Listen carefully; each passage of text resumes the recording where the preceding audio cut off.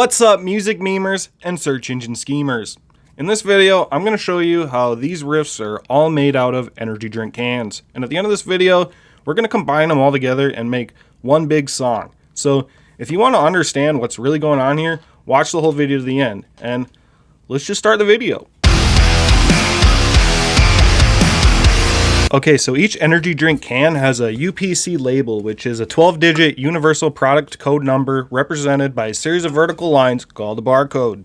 And a guitar has frets. They're numbered up the neck: 1, 2, 3, 4, 5, 7, 9, 12, 21, 24, sometimes more frets. And the guitar also has strings, usually at least 6, but sometimes more. If I wanted to write instructions for someone on how to play a guitar song that's never played before, I could draw horizontal lines on a sheet of paper to represent these guitar strings, and then I could write which fret I want them to play on which string in order. These songwriting instructions are called tablature, and we're going to use our tablature writing software to transfer these Upc label numbers onto the fretted strings of our guitar. We're going to kick this song off with the classic, and your standard Monster energy drink flavor has a Upc label that reads 070-847-811-1169. We're going to place these Upc digits onto our tablature software and play whichever frets the label's telling us to play. The only creative license we have is how long we play the notes for, which string we play them on, and how much dead space we leave in between each note. After playing around with different note lengths, string locations, and rest combinations, we were able to create our first 2 measures of music with one Monster energy drink can, and this is what it sounds like.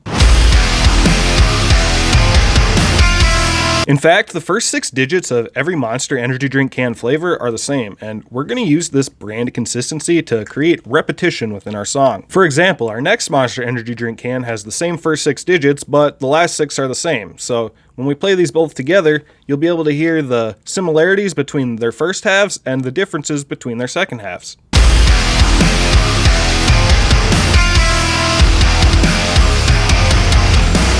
So if we chain multiple Monster cans together, we can create a writing algorithm where each can makes 2 measures of music, and the first half of each can is similar and the second half of each can is a little bit different. And that's what we did for the intro of our song. We took 4 Monster cans, chained them together, and created 8 measures of music, and this is what it sounds like.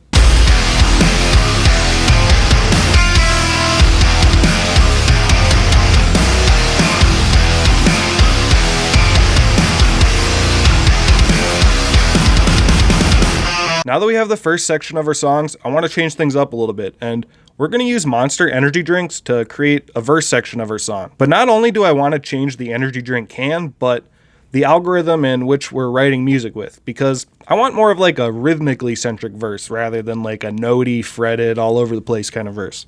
Fortunately, there's another popular writing method that metal musicians use to create rhythmic musical patterns out of numerology. Note groupings are a group of notes with the same rhythmic value, and you can combine different note groupings to create patterns. Or 1-2-1 could sound like det det det det det det det, or 2-4-2 could sound like det det det det det det det det det, right?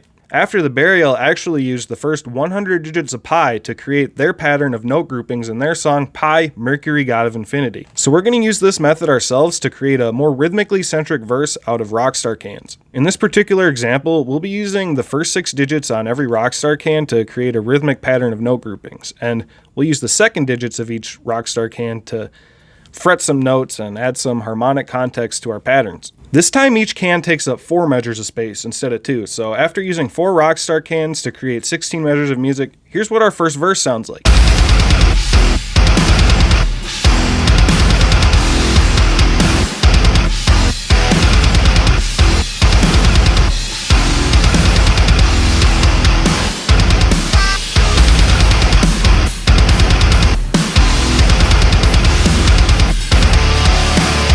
We did use some power chords in our first Monster riff, but now we're going to use them exclusively to create a chorus with ringing power chords and double kick drum.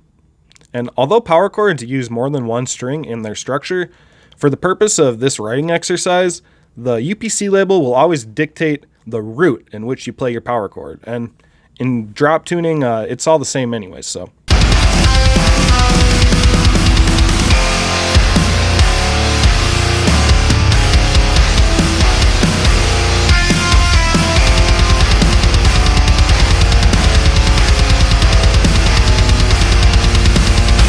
Now that you understand the songwriting mechanics, we're going to combine these techniques a little bit more sporadically to make our second verse a little bit more technical. And we're also going to change our energy drink brand, because if you ain't banging, then you ain't hanging.